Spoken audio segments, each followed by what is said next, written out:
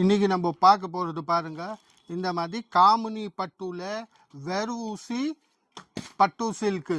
இதே மாதிரி பாருங்க எத்தனை கலர்ஸ் இருக்கு, லைட் கலர், டார்க் கலர். இப்போ இதோட ஒரு பீஸ் வந்து நம்ம வீடியோவில் பிரித்து காட்டுறோம் பாருங்க. இதே மாதிரி ஃபுல்லாக வரும் பாருங்க. இதோட முந்தானி ஃபுல் சாரியை பாருங்க, ஃபுல் ஜரியோட ஃபுல்லாக பட்டு லுக்கு பார்த்தீங்கன்னா ஃபுல்லாக பட்டு லுக்கில் இருக்குது.